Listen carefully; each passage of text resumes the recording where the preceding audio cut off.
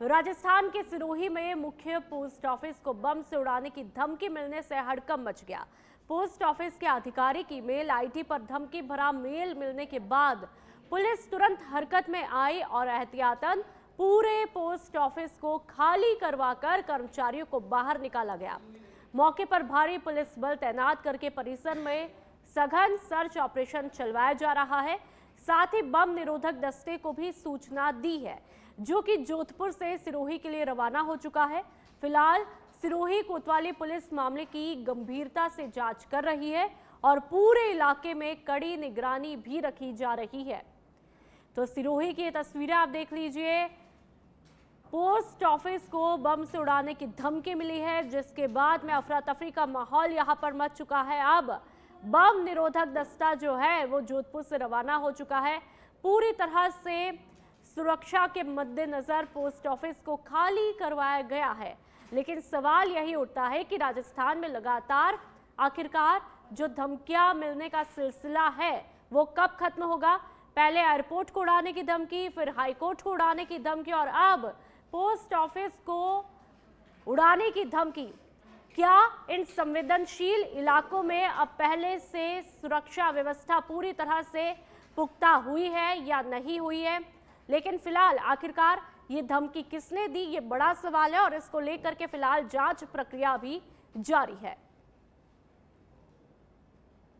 Post office के मुख्यालय से है, बाकी वो जानकारी मुख्यालय को उनको प्राप्त हुई है डाक वड़े, और ज़रूरी है वो एहतियात कदम है वो पुलिस के द्वारा उठाए गए। आगे क्या कदम उठाए पूरे प्रदेश के सभी पुलिस मिलाएंगे। जहाँ पासपोर्ट केंद्र है जी, उसकी सूचना आई थी कि इनको बम से उड़ाने की कोई धमकी।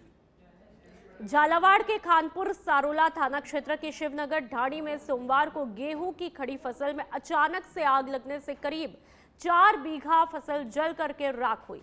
जानकारी के मुताबिक शिवनगर ढाणी निवासी भैरूलाल पुत्र फूलचंद योगी ने दिनेश रायका की जमीन 1 साल के लिए 60,000 रुपए में जुपाई पर ली थी। अज्ञात कारणों से लगी आग ने देखते ही देखते पूरे खेत को अपनी चपेट में लिया। ग्रामीणों और पुलिस की मदद से काफी मशक्कत के बाद में यहां पर आग पर काबू पाया गया, लेकिन तब तक फसल पूरी तरह से जल चुकी थी। पुलिस ने आग लगने के कारणों का पता लगाने के लिए मामला दर्ज करके जांच शुरू कर दी है। तो ये तस्वीरें आप देख लीजिए कि बड़ी तादाद में यहां पर फसलें जल करके राख में तब्दील हो जाती है और किसानों की मेहनत में एक झटके पर पानी फिर जाता है। चूरू के सुजानगढ़ सदर थाना पुलिस ने अवैध मादक पदार्थों के खिलाफ बड़ी कार्रवाई करते हुए तहसील के भाशीना गांव में अफीम की अवैध खेती का खुलासा किया है। पुलिस ने करीब 2 बीघा जमीन में उगाई गई अफीम की फसल को जब्त करते हुए 31,200 पौधे बरामद किए, जिनका कुल वजन करीब 2,696 किलोग्राम बताया जा रहा है। मुखबिर से मिली सूचना के आधार पर पुलिस ने कार्रवाई की, जो कि सोमवार के दिन में शुरू होकर लगातार करीब 20 घंटे तक चली और मंगलवार सुबह पूरी हुई। सदर थाना सीआई पुष्पेंद्र झाझड़िया के नेतृत्व में एसआई गीता रानी सहित पुलिस टीम ने मौके पर पहुंचकर अवैध खेती को नष्ट किया और किसान सावंताराम पुत्र भागुराम चरंग को मौके से गिरफ्तार किया। पुलिस ने जब्त किए गए पौधे को 78 प्लास्टिक के कट्टों में भरकर 2 पिकअप वाहनों के जरिए सदर थाने लाया गया।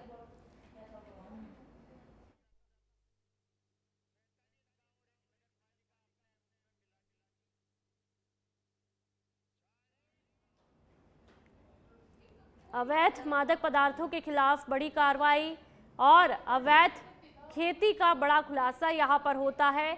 2 बीघा जमीन में अफीम की फसल यहां पर उगाई जा रही थी, जिसके खिलाफ कार्रवाई का डंडा अब चलता हुआ दिखाई देता है। चूरू की ये तस्वीरें, अफीम की अवैध खेती का बड़ा खुलासा।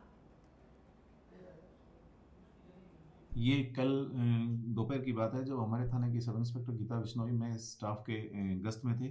उसी समय हमें सूचना प्राप्त हुई कि बासीना गांव, जो थाना सुजानगढ़ सदर के इलाके का ही गांव है, उस गांव के सावंताराम स्लो भागुराम के खेत में और फसल के बीचों बीच अवैध अफीम की खेती कर रखी है। इस सूचना पे सब इंस्पेक्टर और गीता बिश्नोई और हमारा जाब्ता मौके पे पहुंचा तो लगभग ये सावंताराम स्नो भागुराम जाट जाति जाट है इसकी, जो बाचना का ही रहने वाला है। तो उसने अपने स्वयं के कब्जा कास्त खेत के अंदर जो लगभग 11 बीघा खेत था, उसमें सरसों और अन्य खेती के बीचों बीच में लगभग तकरीबन 2 बीघा जमीन में प्याज और सौंफ की खेती की।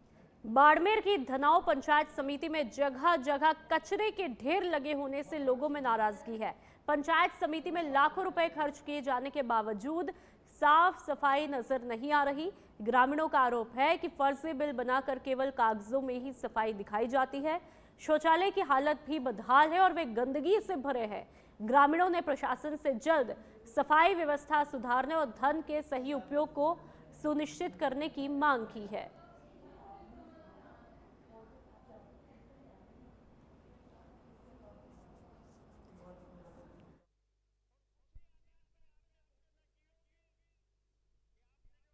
लगातार आपको दिखाई कि किस तरह से शौचालय में भारी गंदगी का आलम यहां पर देखने को मिला और शौचालय की हालत भी आप लोगों ने देखी कि किस तरह से जगह जगह पर गंदगी का आलम यहां पर है। आप सोचिए कि इस गंदगी का क्या कुछ इम्पैक्ट पड़ता होगा और जाहिर सी बात है कि बीमारी को बढ़ावा भी मिलता है। और अब खबर जोधपुर से। अमेरिका और ईरान के बीच बढ़ते तनाव का असर अब देश में गैस बाजार पर भी दिखने लगा है। केंद्र सरकार के निर्देश के बाद तेल कंपनियों ने देश भर में कमर्शियल एलपीजी गैस सिलेंडर की अस्थायी आपूर्ति बंद कर दी है और फिलहाल केवल घरेलू सिलेंडर की आपूर्ति बनाए रखने के आदेश दिए हैं।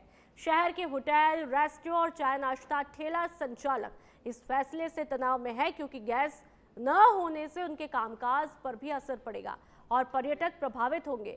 एलपीजी डिस्ट्रीब्यूटर फेडरेशन राजस्थान के प्रदेशाध्यक्ष दीपक गहलोत ने कहा, सरकार द्वारा लिया गया फैसला ईरान अमेरिका तनाव को ध्यान में रखते हुए लिया है और उन्होंने आमजन से संयम बनाए रखने की अपील की है। होटल और रेस्टोरेंट संचालकों ने सरकार से जल्द समाधान निकालकर आपूर्ति सुचारू करने की मांग की है।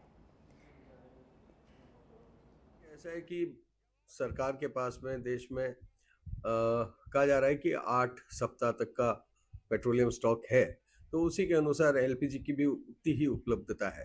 सरकार के सामने दिखती बात है कि ये असमंजस है कि क्या घरेलू गैस उपभोक्ताओं को गैस दी जाए या व्यावसायिक गैस उपभोक्ताओं को गैस दी जाए। तो सरकार ने अभी जो घरेलू गैस उपभोक्ता हैं उनके हित में ये निर्णय लेते हुए ये किया है कि भाई व्यावसायिक सिलेंडरों का अभी मार्केटिंग नहीं की जाए और बचा के रखा जाए व्यावसायिक के लिए। ये जो है अभी बंद किया है। ऐसा आदेश 5 तारीख को भी निकाला था कंपनीज के लिए सरकार ने और कल 9 तारीख को फिर से एक आदेश निकाला है कंपनीज के लिए सरकार ने। तो कंपनीज ने अपनी तरफ से जो है कॉमर्शियल सिलेंडर्स की सप्लाई पे रोक लगा दी है। तो ऐसे में कॉमर्शियल सिलेंडर्स पे तो डेफिनेटली जो कंज्यूमर्स हैं, कॉमर्शियल कंज्यूमर्स हैं, होटल्स हैं, रेस्टोरेंट्स हैं, इंडस्ट्री है, बहुत सारी ऐसे जगह हैं जिन पे ये छोटे खोमचे वाले भी हैं, तो इन सब को तो सप्लाई गैस की रुक गई है, इसमें कोई दो राय नहीं है। तो इससे दिक्कत तो आ रही है, लेकिन साथ ही ये जो काम किया गया है ये भारत सरकार के अनुसार उपभोक्ताओं, घरेलू उपभोक्ताओं के हित में लिया। भरतपुर के रूपवास के घाटौली से होरीपुरा जाने वाले मार्ग पर सालों से कीचड़ होने के कारण ग्रामीण और राजकीय उच्च प्राथमिक विद्यालय के छात्र छात्राओं को बड़ी परेशानियां हो रही है। वहां के लोगों ने बताया कि करीब 1 दशक से ये समस्या जारी है और कई बार जनप्रतिनिधियों और प्रशासन को सूचित भी किया गया, लेकिन अब तक कोई समाधान नहीं हुआ। इसी मार्ग से खनन क्षेत्र के वाहनों का आवागमन भी होता है, जिससे हालत और गंभीर हुई है। तो ये तस्वीरें आप देख लीजिए कि सड़कों का क्या कुछ हाल है। कीचड़ ही कीचड़ यहाँ पर फैला हुआ है और ऐसे में तमाम छात्र छात्राएं, ग्रामीण यहाँ पर परेशान है और ये समस्या अभी की नहीं है, तकरीबन 1 दशक से जारी है, लेकिन किसी भी तरह से हालात नहीं सुधरते हैं। वैसे दिक्कत आ रही है, करीबन 10 साल हो गई। बाकी कई लोगों को अवगत कराएं, MP MLA को कराएं, हमने ग्राम पंचायत सम्मिलित को कराएं, लेकिन इसकी कोई सुनवाई नहीं। छोटे छोटे बच्चे इधर होके जाते हैं तो बैग वगैरह गिर जाते हैं कीचड़ में, लोगों के पैरों में कई चोट भी आई है, छोटे छोटे बच्चों के लिए चोट भी आई है। लेकिन हमने कई बार अवगत कराने के बाद में भी इस समस्या का समाधान नहीं हो पा रहा है। तो मैं यही आग्रह करूँगा कि ये रास्ता जल्दी से। और अब बात जैसलमेर की, जहां पर पुलिस थाना कोतवाली क्षेत्र अंतर्गत गोवर्धन दास कल्ला कॉलोनी के पास में सोमवार रात एक ट्रेलर चालक का शव बिजली के खंभे से लटका मिला, जिससे इलाके में सनसनी फैल गई। मृतक की पहचान लाखाराम के रूप में हुई है। सूचना मिलने पर शहर कोतवाली के थानाधिकारी सुरजाराम चौधरी पुलिस टीम के साथ में मौके पर पहुंचे और एफएसएल टीम को बुलाया। पुलिस ने शव को राजकीय जवाहर चिकित्सालय की मोर्चरी में रखवाया। मृतक के परिजनों ने हत्या की आशंका जताई है और बताया कि होली के दौरान उनका कुछ लोगों से विवाद हुआ था। पुलिस का प्रारंभिक आकलन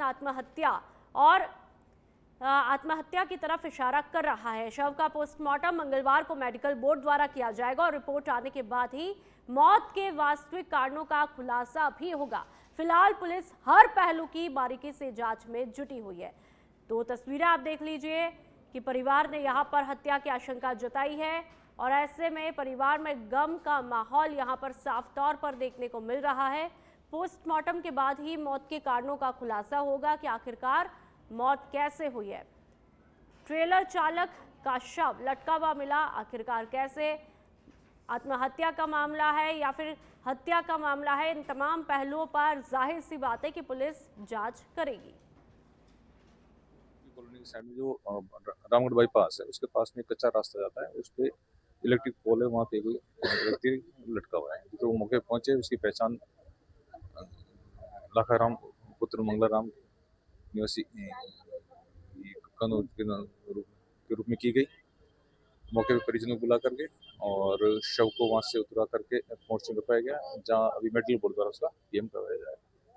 परिजनों का कहना है कि हत्या है, लेकिन क्या लग रहा है? परिजनों ने अलग अलग अंदेशा जारी किया है कि कुछ ने जैसे कि हत्या की संभावना जताई है, कुछ ने कहा कि हो सकता है किसी से इतना परेशान हो सकता है सुसाइड भी किया हो। तो ये पोस्टमार्टम रिपोर्ट से क्लियर हो जाएगा।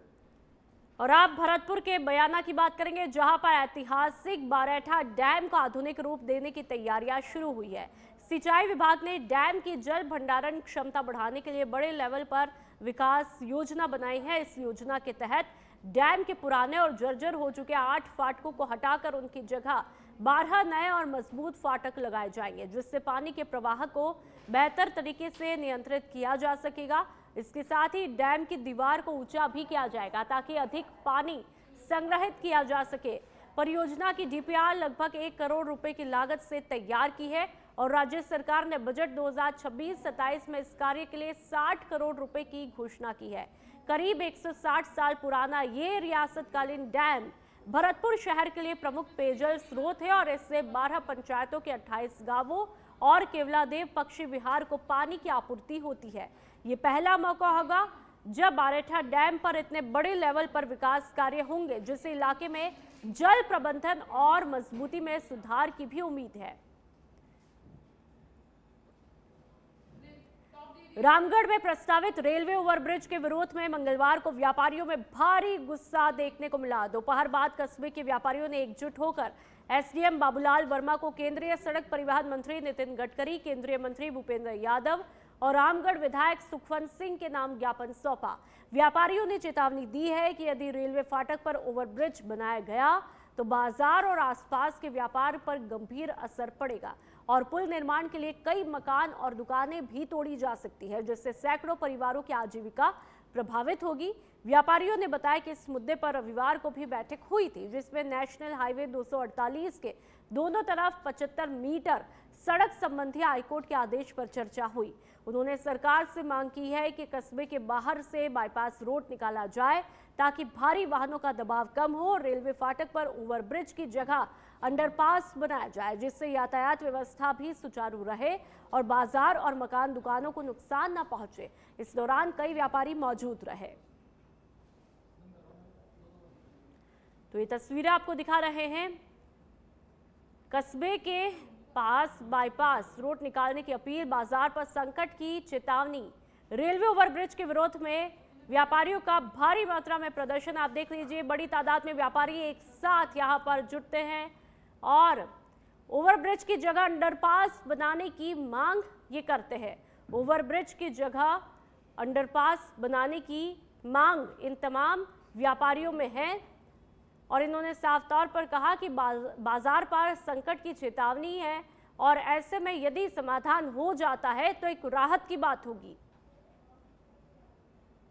एसडीएम को ज्ञापन भी सौंपा गया है। ये ज्ञापन सौंपती हुई तस्वीरें आप देख लीजिए।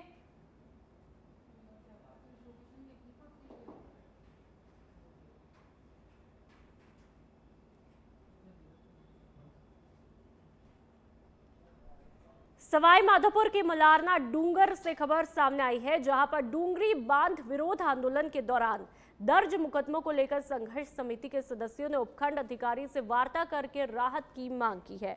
पीकेसी ईआरसीपी परियोजना के तहत सवाई माधोपुर और करौली जिलों की सीमा पर बनास नदी में प्रस्तावित डूंगरी बांध निर्माण का स्थानीय लोग लगातार विरोध कर रहे हैं और इसी विरोध आंदोलन के दौरान दर्ज मुकदमों के खिलाफ संघर्ष समिति के सदस्य मलारना डूंगर पहुंचे और उपखंड अधिकारी संदीप कुमार बेरड़ को हस्ताक्षर युक्त ज्ञापन भी सौंपा।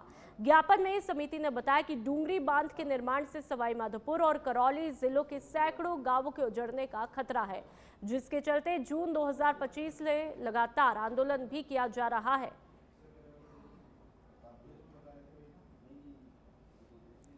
बूंदी में मंगलवार को कलेक्ट्रेट सभागार में जिला सलाहकार समिति और जिला स्तरीय समीक्षा समिति की बैठक आयोजित की गई, जिसमें बैंकों की वार्षिक साख योजना की प्रगति की समीक्षा हुई।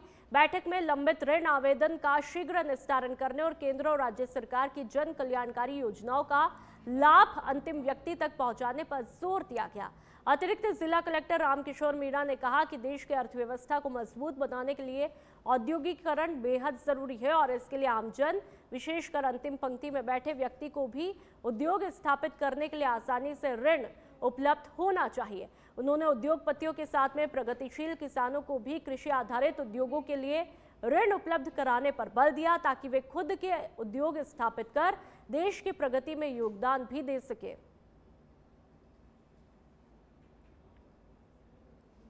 अलवर के लक्ष्मणगढ़ में मंगलवार दोपहर हरसाना मोड़ के समीप बालिका छात्रावास के सामने दो बाइकों की आमने सामने भिड़ंत में 3 लोग गंभीर रूप से घायल हुए। एक बाइक पर सवार लोकेश पुत्रा धवल चंद और दूसरी बाइक पर सवार पप्पू खान पुत्रा कम्मो और उनकी पुत्री मुस्कान बानो टकरा गए, जिससे दोनों वाहन बुरी तरह से क्षतिग्रस्त हुए और सवार सड़क पर ही गिर गए। हादसे के बाद वहां के लोगों की मदद से घायलों को तुरंत राजकीय सामुदायिक स्वास्थ्य केंद्र में भर्ती करवाया, जहां पर डॉक्टर अमित गुप्ता ने प्राथमिक उपचार किया। गंभीर चोटों के चलते उन्हें बेहतर इलाज के लिए जिला अस्पताल रेफर किया है।